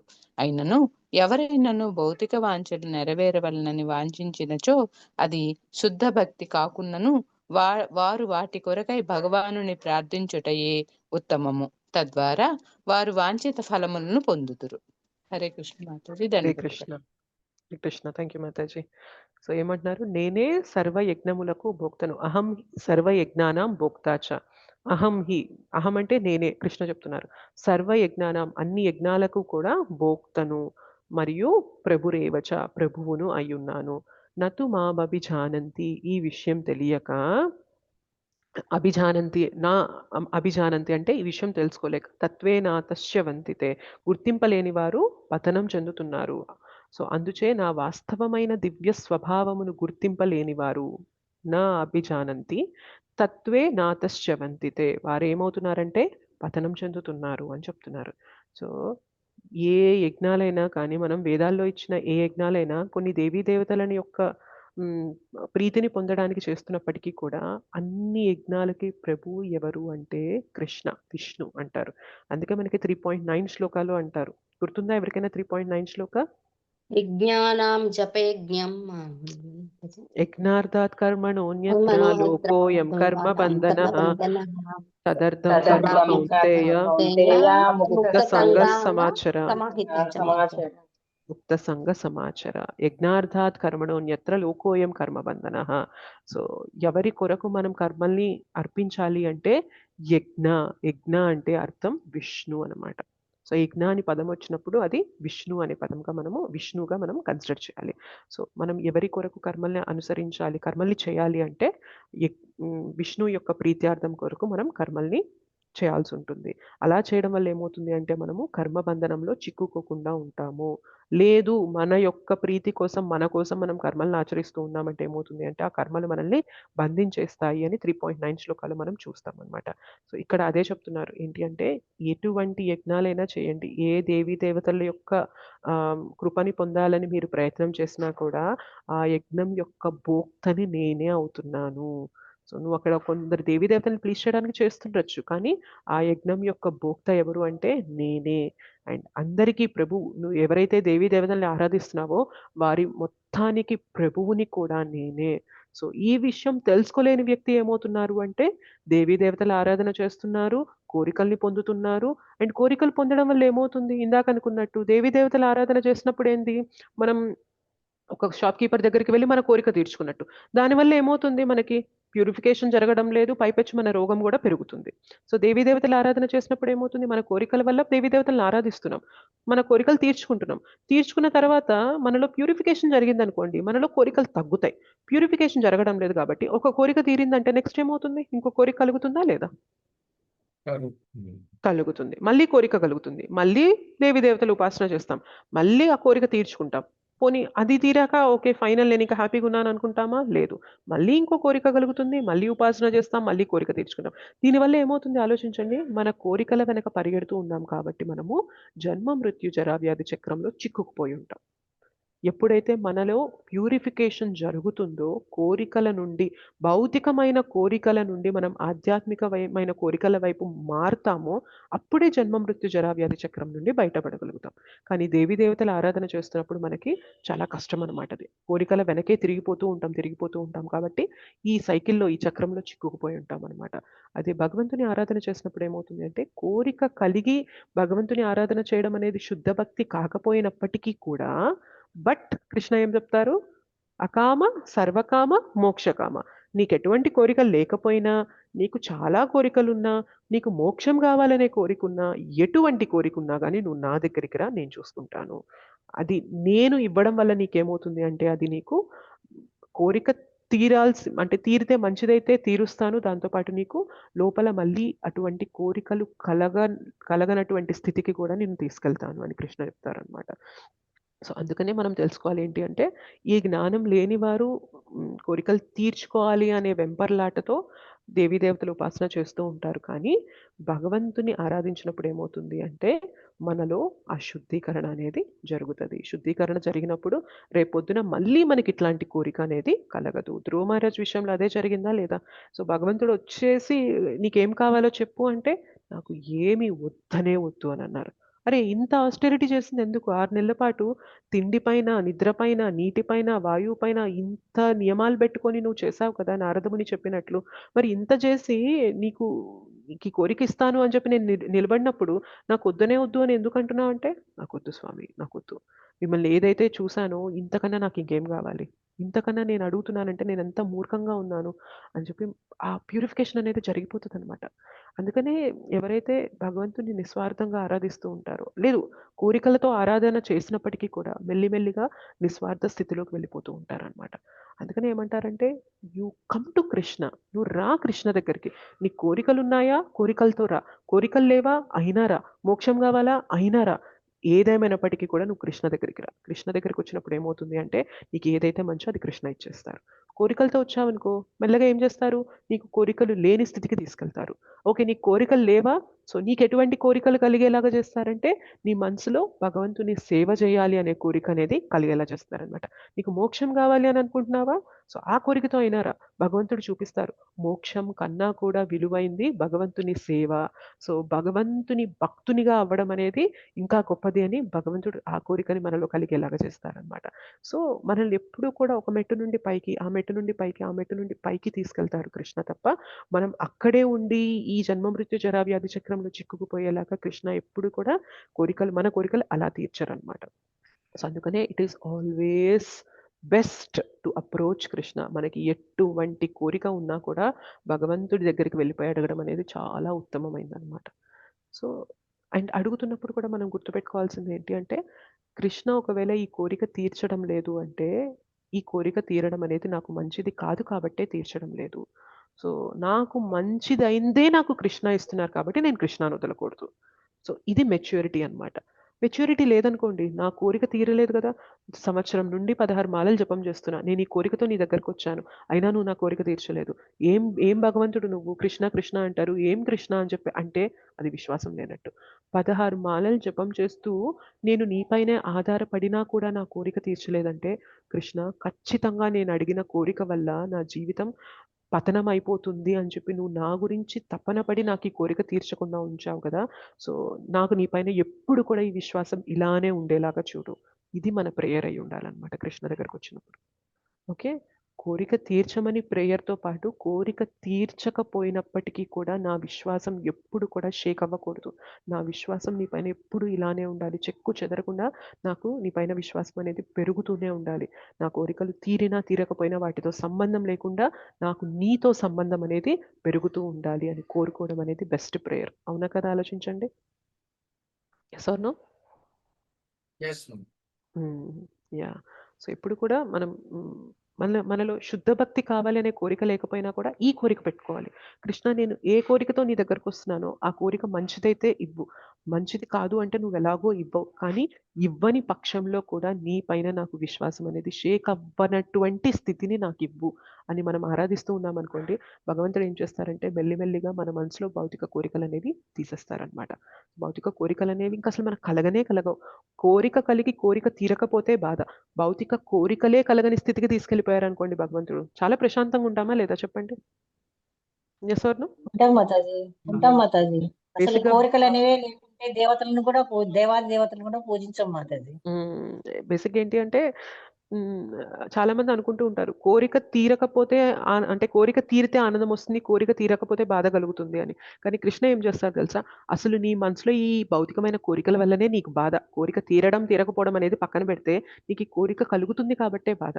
నువ్వు నా దగ్గరికి వస్తే నేనేం చేస్తానంటే నీ భౌతికమైన కోరికలన్నింటినీ కూడా ఆధ్యాత్మికం వైపు తిప్పుతాను. సో ఆధ్యాత్మిక కోరికలు ఎంత కోరితే అంత మనకి అంత అభివృద్ధి అనమాట. అవునా కదా చెప్పండి? కృష్ణ, నేను ఇంకా మంచిగా జపం చేయాలి, సరిగ్గా జపం చేయలేకపోతున్నా.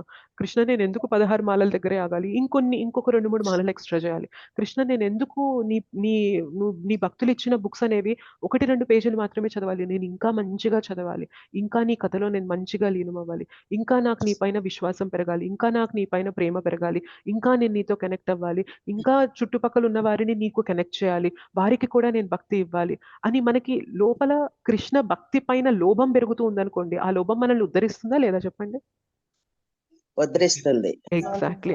సో సేమ్ థింగ్ మనకి భౌతికంగా ఉన్నప్పుడు ఏదైతే మనల్ని కిందకి తొక్కేస్తుందో అదే ప్రేమ, అదే లోభం, అదే ఇంకా కావాలి అనే తపన ఆధ్యాత్మికంగా మనల్ని ఎలివేట్ చేస్తుంది అనమాట. సో ఎంత మార్పు చూసారా? కోరికలు ఒకప్పుడు ఉన్నాయి, ఇప్పుడు ఉన్నాయి. ఒకప్పుడు కూడా నాకు ఇంకా ధనం కావాలి, ఇంకా ఫేమస్ కావాలి, ఇంకా పలుకుబడి కావాలి అని అప్పుడు కోరుకున్నాం, దానివల్ల మనం పతనం చెందాం. ఆధ్యాత్మికంగా వచ్చేసరికి కృష్ణ ఏం చేస్తున్నారు? కృష్ణ, నేను ఇంకా నీకు కనెక్ట్ అవ్వాలి, ఇంకా నీకు నచ్చేలా ఉండాలి, కృష్ణ నేను ఇంకా నీకు ప్రీతికరంగా నా సేవ అనేది అందిస్తూ ఉండాలి, నేను ఇంకా కొంతమందిని నీ వైపు తీసుకెళ్తూ ఉండాలి అని ఇంకా ఇంకా ఇంకా అని ఇక్కడ కూడా అడుగుతున్నాం, ఇక్కడ కూడా అడిగాం. ఇక్కడ అడిగినప్పుడు పతనం చెందుతున్నాం, ఇక్కడ అడిగినప్పుడు ఉద్ధరింపబడుతూ ఉన్నాం. డిఫరెన్స్ అర్థమవుతుందా? సో కృష్ణ భక్తి చేయడం వల్ల కంప్లీట్ గా కోరికలు మైండ్ సెట్ లో షిఫ్ట్ తీసుకొచ్చేస్తారనమాట కృష్ణ. సో ఒకప్పుడు లోభం ఉంది, ఇప్పుడు లోభం ఉంది మనకి భక్తిలో, ఇంకా కావాలి, ఇంకా నేను నీకు దగ్గర అవ్వాలి, ఇంకా జపం చేయాలి, ఇంకా నీ నామాన్ని ఆస్వాదించాలి అని ఇక్కడ కూడా లోభం చూపిస్తున్నాం. కానీ ఈ లోభం మనల్ని ఉద్ధరిస్తుంది అనమాట. ఓకే. ఒకప్పుడు కూడా కోపం ఉంది. కోపం ఎక్కడుంది? నా కోరిక తీరడం లేదు, వీళ్ళు నాకు ఇబ్బంది కలిగిస్తున్నారు, వీళ్ళు నాకు ఇబ్బంది కలిగిస్తున్నారు అని ఒకప్పుడు కోపం ఉంది. ఈ కోపం మనల్ని పతనం వైపు తీసుకెళ్ళింది. ఇప్పుడు కూడా కోపం ఉంది. కోపం ఎక్కడ అంటే నా అనర్థాల వల్ల నేను నీ వైపు రాలేకపోతున్నాను, ఈ అనర్థాల పైన నాకు కోపం ఉంది కృష్ణ, ఈ అనర్థాలని నేను జయించాలి. ఎలా జయించేలాగా నువ్వు చేస్తావో నాకు తెలీదు, నా అనర్థాలని జయించే మార్గం నాకు ఇవ్వు. నాకు కోపం ఎవరిపైన ఉంది అంటే నా లోపల ఉన్న కామ, క్రోధ, లోభ, మోహ, మదమాత్సర్యాల పైననే నాకు ఎవర్షన్ ఉంది, నాకు ఇవి వద్దు నాకు అని చెప్పి ఇక్కడ కూడా మనం అడుగుతున్నాం. కానీ ఈ కోరిక మనల్ని ఎలివేట్ చేస్తుంది అనమాట. సో కృష్ణ భక్తి చేసినప్పుడు ఏమవుతుంది అంటే మన కోరికలు కంప్లీట్ గా ట్రాన్స్ఫార్మ్ అయిపోతాయి. కోరికలు లేని స్థితి అనేది ఆత్మకి ఉండదు, కానీ కోరికలు ఎటువైపు ఉండాలి, ఏ డైరెక్షన్ లో ఉంటే మనం ఉద్ధరింపబడతాము అనేది మనం భగవంతుని ఆరాధన చేసినప్పుడు మనకు అది తెలుస్తుంది అనమాట.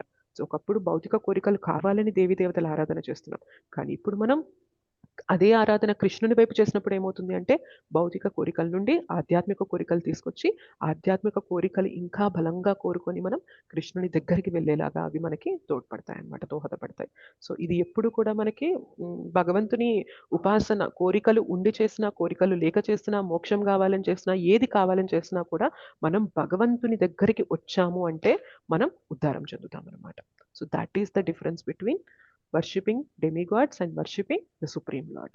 అర్థమైందా? అర్థమైంది మాతాజీ, చాలా బాగా అర్థం చేశారు. Haribol Mataji. Thank you so much Mataji. మిగిలిన శ్లోకాస్ అనేవి నెక్స్ట్ క్లాసెస్లో జై చూద్దాం. మాతాజీ. Thank you. ఏమైనా చాలా క్వశ్చన్స్? చాలా భావంతో చెప్పారు మాతాజీ కృష్ణుడి మీద. ఎస్ మాతాజీ. అది గురు కృప ఎప్పుడు మాతాజీ. చెప్పినా అలాగే చెప్తారు మాతాజీ. అసలు మీరు చెప్తుంటేనే మేము కూడా ఆ భావనలోకి వెళ్ళిపోతాం మాతాజీ. అసలు అంత ఫీల్ అవుతారు మాతాజీ. మాకు ఎప్పుడు వస్తుందో అలాంటి కృప అనిపిస్తుంది మాతాజీ. అసలు ఎప్పుడు క్లాస్ అదేం అయినా లేదు అంతే మాతాజీ. మాతాజీ. అరే బోల్ థ్యాంక్ యూ మాతాజీ. అది అది గురు కృప మాతాజీ. మీరు అంత శ్రద్ధగా వింటున్నారు కాబట్టి, గురువు అలా చెప్పించే శక్తిని నాకు ఇచ్చారు కాబట్టి చెప్పగలుగుతున్నా తప్ప అదర్వైజ్ ఏం లేదు మాతాజీ. హరే కృష్ణ మాతాజీ. గురు కృప కృష్ణ మెర్సీ పూర్తిగా ఉన్నాయి మీకు. చక్కగా మీరు ఇందులోకి వచ్చారు. చాలా సంతోషం Mataji. Thank you very much. Thank you so much Mataji. Thank you so much Mataji. ఇంకొక చిన్న పాయింట్ ఏంటి అంటే, ఇప్పుడు దేవీ దేవతల ఆరాధన వచ్చింది కాబట్టి నేను ఇది మెన్షన్ చేద్దాం అనుకుంటున్నాను. ఏంటి అంటే, ఇప్పుడు మనందరికీ తెలిసింది, మనం క్లాసెస్ అటెండ్ అవుతున్నాం, మనం భగవద్గీత వింటున్నాం, భక్తుల సాంగత్యంలో వచ్చాం. సో దేవీ దేవతల యొక్క పవర్స్ కూడా మనకి కృష్ణ నుండే వచ్చాయన్న విషయం మనకి తెలిసింది. కానీ ఈ విషయం మన ఇంట్లో వాళ్ళకి తెలియడానికి టైం పడుతుందా లేదా చెప్పండి? Yes or no? పడుతుంది మాతాజీ. ఈ లోపు మనం ఎప్పుడు కూడా వారిని నువ్వు ఇందుకోసం చేస్తున్నావా, నువ్వు అందుకోసం చేస్తున్నావా అని తప్పుగా మాట్లాడకూడదు. ఒకవేళ వారు మనల్ని ఫోర్స్ చేశారనుకోండి, పలానా టెంపుల్కి వెళ్దాము, పలానా దేవీ దేవత టెంపుల్కి వెళ్దాం అన్నప్పుడు కూడా ఇట్స్ ఓకే, వెళ్దాం. వాళ్ళేమీ తప్పు మార్గంలో అయితే లేరు కదా, వాళ్ళు ఇంకా కంప్లీట్ పై స్థాయికి రాలేదు, కానీ వాళ్ళు దారిలోనే ఉన్నారు. సో వెళ్దాం, తప్పు లేదు అని చెప్పి మీరు వెళ్ళండి. వారి యొక్క కోరికని కంప్లీట్గా వెనక్కి తోసేసి నేను ఇది చేయను, నేను అది చేయను, నేను ఇది మాత్రమే చేస్తాను, నేను ఇలానే ఉంటాను అని మొండిగా మాత్రం ఉండద్దు అనమాట. సో వారి యొక్క ఆనందం కోసం చేయండి. చేసినప్పుడు మీరు కూడా అడగండి, సరే నువ్వు అడిగావు, నేను వచ్చాను కదా, నా కోసం నువ్వేం చేస్తావు అంటే ఒక్క మాల హరే కృష్ణ మహామంత్రం జపం చేయవా అని చెప్పి మీరు అడగండి. సో ఇలా చెప్పినప్పుడు వినడానికి ఛాన్స్ ఉందా లేదా చెప్పండి వారికి? ఉంటది మాతాజీ. అలా కాకుండా మనం లేదు నువ్వు చేయడానికి, నేను ఇది చేయను, నేను ఇది మాత్రమే చేస్తాను అని మనం మొండిగా ఉన్నాం అనుకోండి, వారు మన మాట వింటారా? వినరు. సో మనం ఏం చేయాలి అంటే, మనం ఒక మెట్టు తగ్గి వారు చెప్పింది చేసి మనం ఏం చేయాలి, ఇద్దరం కలిసి మనమున్న మెట్టుకి వాళ్ళని ఎక్కించాలన్నమాట. అలా చేయాలి ప్రాసెస్ అనేది. సో ఎప్పుడు కూడా ఒకవేళ వారు చెప్పారనుకోండి, ఇవాళ రండి పలానా దేవీ దేవతల ఆరాధన చేద్దాం, వారి టెంపుల్కి వెళ్దాం అన్నప్పుడు వెళ్ళండి. చక్కగా వెళ్ళి, మనకి తెలుసు వారిని ఆరాధిస్తున్నా కూడా మనం ఏం చెప్పాలంటే, మీరు ఎలా అయితే భగవంతుని సేవ చేస్తున్నారు, నేను కూడా అలానే భగవంతుని సేవ చేయాలి, కృష్ణ సేవ చేయాలి, కృష్ణ పైన నాకు విశ్వాసాన్ని పెంచండి. సో నేను మీరు ఎంత చక్కగా భగవంతుని పైన విశ్వాసాన్ని నిలుపుకొని చేస్తున్నారో అదే విశ్వాసాన్ని నాకు కూడా ఇవ్వండి అని కోరుకున్నప్పుడు అది తప్పు కాదనమాట. మనకి గోపీస్ కూడా ఏం చేస్తారంటే, కాత్యాయని దేవికి ఆరాధన చేస్తారనమాట. ఎందుకు ఆరాధన చేస్తారంటే, మాకు కృష్ణుడు భర్తగా కావాలి అని చెప్పి వాళ్ళు ఆరాధన చేస్తారు. సో వాళ్ళు ఆరాధన దేవీ దేవతని చేస్తున్నా కూడా ఎవరి కోసం చేస్తున్నారు చెప్పండి ఆరాధన? కృష్ణ కోసం. కృష్ణుడి కోసం చేస్తారు. సో మనం కూడా అంతే అన్నమాట. దేవీ దేవతల్ని ఆరాధించాల్సి వచ్చినప్పుడు కూడా ఆరాధించండి చక్కగా. ఆరాధిస్తూ ఏం చేస్తారంటే, నేను ఏదైతే చేస్తున్నానో ఇది నేను భగవంతునికి ఆఫర్ చేస్తున్నాను, నాకు ఇంకా కృష్ణ భక్తి కావాలి, కృష్ణుడికి నేను ఇంకా దగ్గర అవ్వాలి, కృష్ణుడి సేవ అనేది మనస్ఫూర్తిగా చేయాలి అని ఆరాధన చేస్తున్నప్పుడు మనం ఆ ఆరాధనలో మనకి తప్పేం ఉండదు అనమాట. సో కృష్ణ అది కూడా చూస్తారనమాట. ఓకే, నేను ఇవాళ ఇలాంటి సిచ్యువేషన్ లో పెట్టు, నువ్వు ఇవాళ క్లాస్ విన్నావు, దేవీ దేవతల ఆరాధన చేయకూడదని విన్నావు కదా, ఒక చిన్న టెస్ట్ పెడతా. ఏంటి అంటే, నీ ఫ్యామిలీ మెంబర్సే నేను బలవంతం చేస్తారు పలానా టెంపుల్కి వెళ్ళాలి అని, నువ్వు వెళ్ళి నువ్వేం చేస్తావు? సో వెళ్ళి నేను అనవసరంగా ఇక్కడికి వచ్చాను, నేను ఇది చేయకూడదు, నేను అక్కడికి వెళ్ళి ఉంటే బాగుండేది అని అనుకుంటూ ఉంటావా? సరే ఇట్స్ ఓకే, వస్తే వచ్చాను, కృష్ణ దగ్గరికి వెళ్ళుంటే బాగుండేది, బట్ ఎనీవే కృష్ణ నన్ను ఇక్కడికి తీసుకొచ్చారు కాబట్టి నేను వీరి ద్వారా కూడా కృష్ణ నాకు ఇంకా కావాలి, కృష్ణకి నేను దగ్గర అవ్వాలి అని కోరుకుంటున్నాను అనుకోండి, కృష్ణ పరోక్షంగా అది నాకే చెందుతుంది అని చెప్తున్నారా లేదా చెప్పండి? అక్కడ కూడా మనం కోరిన కోరిక దేవీ దేవతల రూపంలో ఎవరు వింటున్నారు చెప్పండి? కృష్ణనే వింటున్నారా లేదా చెప్పండి? కృష్ణ హ్యాపీగా ఫీల్ అవుతారు అనమాట. ఫైన్, నువ్వు ఇక్కడికి వచ్చినా కూడా నువ్వేం అడుగుతున్నావు? కోరికల్ని అడగకుండా కృష్ణ నాకు నీ భక్తి కావాలి, నేను ఇంకా నీకు దగ్గర అవ్వాలి అని కోరుకుంటున్నావు కదా, నువ్వు నీ టెస్ట్ ని పాస్ అయిపోయావు, ఐఎమ్ హ్యాపీ విత్ యూ అని కృష్ణ మనకి కృపనిస్తారు అనమాట. అవునా కదా చెప్పండి? అవుతుందా అవ్వదా ఇలాగా? సో మనం ఎప్పుడు కూడా దేవీ దేవతల ఆరాధన చేస్తున్న వారిని డిస్టర్బ్ చేయొద్దు. కానీ వారికి మీరు క్లాసెస్ జరుగుతున్నాయి వినండి, లేదా హరినామ జపం కూడా చేయండి, దాంతోపాటు ఇది కూడా చేయండి, దాన్ని వదిలేమని చెప్పట్లేదు, దాంతోపాటు ఇది కూడా చేయండి అని మెల్లగా అలవాటు చేసామనుకోండి, ఒక్కసారి కృష్ణ దగ్గరకు వస్తే ఏమవుతుంది? ప్యూరిఫై అయిపోతారా లేదా చెప్పండి? సో అలా మనం మెల్లిగా వారికి కృష్ణను అందించాలన్నమాట. సో ఫోర్స్‌గా అందించకూడదు. అంటే ఇదంతా వద్దు, ఇదే మాత్రం చెయ్యి అని అందించొద్దు. సో మీరు ఏదైతే చేస్తున్నారో దాంతో పాటు ఒక్క మాల జపం చేయండి చాలు. అంటే ఓ మీలా 16 మాలలు నేను ఎలా చేస్తాను, ఇది కృష్ణ కృష్ణ అనుకుంటూ ఎలా ఉంటాను అని అన్నప్పటికీ కూడా మాలాగా మీరు చేయొద్దు. మీరు జస్ట్ ఒక్క మాల మాత్రమే చేయండి అని ఇవ్వండి. మీకు మనసులో అర్థమవుతదనమాట. నేను కూడా అలానే ఒక్క మాలతోనే వచ్చాను. ఇవాళ అర్థమైంది. ఆ కోరికల వెనక పరిగెత్తబట్టే ఇట్లా ఉన్నాను. సో ఆ ఒక్క మాల మనల్ని మెల్లిమెల్లిగా ముందుకు తీసుకెళ్తుంది అని చెప్పి నువ్వే తెలుసుకుంటావని మనకు మనసులో తెలుస్తుందనమాట. Yes or no? Yes. So this is about 9.23 and 24 శ్లోకాస్. రేపటి క్లాస్లో 25 అండ్ ఫర్దర్ శ్లోకాస్ అనేవి డిస్కస్ చేద్దాం. ఓకేనా? థ్యాంక్ యూ సో మచ్ మాతాజీ. హరే కృష్ణ. మాతాజీ చాలా బాగా చెప్పారు మాతాజీ. దేవీ దేవతలను కృష్ణ ఎలా మాతాజీ. ఆరాధించాలి, ఎస్ మాతాజీ. ఆరాధించినా ఏ విధంగా కృష్ణుడి కొరకే ఆరాధించాలి అనేది తెలిసేట్టుగా చెప్పారు మాతాజీ బాగా. ఎస్ మాతాజీ. వెళ్ళకూడదు అని చెప్పకుండా వెళ్ళినా కూడా ఎవరి కోసం వెళ్ళాలి అని మనం చేసే పూజ అయినా ఏదైనా కృష్ణుడి కోసమే మనం చేస్తున్నాము వాళ్ళ ద్వారా అని చెప్పేసి చాలా బాగా చెప్పారు మాతాజీ. ఇది తెలుసుకున్న తర్వాత పోకూడదు, చేయకూడదు, వెళ్ళకూడదు అనే అనుమానం లేకుండా క్లియర్ చేశారు మాతాజీ. ఎస్ మాతాజీ. ఇన్ని రోజుల నుంచి మనలో ఉన్న ఈ దేవతార్చన అనేది ఉండిపోయింది మాతాజీ. ఒకటేసారి దాని నుంచి బయటికి రావాలంటే కష్టమే కదా మాతాజీ. కష్టం ఉంటది మాతాజీ. సో అందుకని ఎవరిని కూడా డిస్టర్బ్ చేయకూడదు అనమాట. వారు ఏదైతే చేస్తున్నారో అది కూడా మంచి మార్గంలోనే ఉన్నట్లు దాంతో పాటు వారికి కృష్ణను అందించాలి. ఒకవేళ మనకి కృష్ణనే హైయెస్ట్ అని తెలిసినప్పుడు వారి కోసం ఏదన్నా చేయాల్సి వస్తే దాన్ని చేస్తూ కూడా కృష్ణకే కనెక్ట్ చేయండి. దానివల్ల మనం పతనం చెందము, కృష్ణ కూడా సంతృప్తి చెందుతారు అనమాట. ఇబ్బంది పెట్టకుండా మనము ఆ పరిస్థితి నుండి బయటకు వచ్చాం కాబట్టి కృష్ణ కూడా సంతృప్తి పడతారనమాట. మాతాజీ చాలా బాగా చెప్పారు మాతాజీ. ఇది మాత్రం హరి బోల్. హరే కృష్ణ మాతాజీ. దండవత్ ప్రణామం. హరే కృష్ణ మాతాజీ. మాతాజీ ఇప్పుడు ఒక హరే క్లారిటీ కృష్ణ మాతాజీ. వచ్చింది నాకు. మాతాజీ. హరి బోల్. Thank you Mataji. హరే కృష్ణ మాతాజీ. ప్రాణం మాతాజీ. ఇది కార్డు పెడతారు మాతాజీ, నేను వినలేదు ఫస్ట్ నుంచి. పెడతాను మాతాజీ. క్లాస్ అయిపోయాక రికార్డింగ్ అప్లోడ్ చేస్తాను. Okay Mataji, thank you. Hare Krishna Mataji. Hare Krishna Mataji. ధన్యవాదాలు ప్రణామం. మాతాజీ చిన్న రిక్వెస్ట్ మాతాజీ. చెప్పండి. హరే కృష్ణ నా బర్త్డే మాతాజీ ఈ రోజు మోహిని నేను మాతాజీ భక్తిలో మాట్లాడు. ఎదగాలి. నా బర్త్డే మాతాజీ ఈ రోజు నేను భక్తిలో ఎదగాలని మీ బ్లెస్సింగ్స్ కావాలి మాతాజీ. హరి హరి బోల్ Mataji. So happy Krishna conscious birthday Mataji. Thank you Mataji. Thank you so మీరు మచ్. చక్కగా కృష్ణ భక్తిలో ఇంకా ముందుకెళ్తూ మీకు రాధా మదన్ మోహన్ బ్లెస్సింగ్స్, గౌర్నితాయ్ బ్లెస్సింగ్స్, జగన్నాథ్ బల్దేవ్ సుభద్రమయ్య బ్లెస్సింగ్స్, శ్రీల ప్రభుపాద్ అండ్ మన గురు పరంపర బ్లెస్సింగ్స్ అన్ని కూడా మీకు ఉండాలని we'll heartfully wish that Mataji. So చక్కగా మీరు భక్తిలోకి వెళ్తూ మీరు ఇంకో నలుగురికి ఇన్స్పిరేషన్ గా నిలుస్తూ ఉండాలి అని చెప్పి whole heartedly wish that Mataji. Hare Krishna మంత్రం చేద్దాం మాతాజీ. ఎస్ మాతాజీ. హరే కృష్ణ మంత్రం ఎస్ షూర్. అందరం కలిసి ఒక 3 times మాతాజీ కోసం హరే కృష్ణ మహామంత్రం చేద్దాం. Okay. Hare Krishna Hare Krishna Krishna Hare Hare Hare Rama Hare Rama Rama Rama Hare Hare Krishna Hare Krishna Krishna Krishna Hare Hare Hare Rama Rama Rama Hare Hare Krishna Hare Krishna Krishna Krishna Hare Hare Hare Rama Rama Rama Hare Hare Hare Rama Rama Rama Hare Hare. Thank you so much. Thank you so much మాతాజీ. హరే కృష్ణ మాతాజీ. దండవత్ ప్రణామం మాతాజీ. హరే కృష్ణ దండవత్ ప్రణామ్.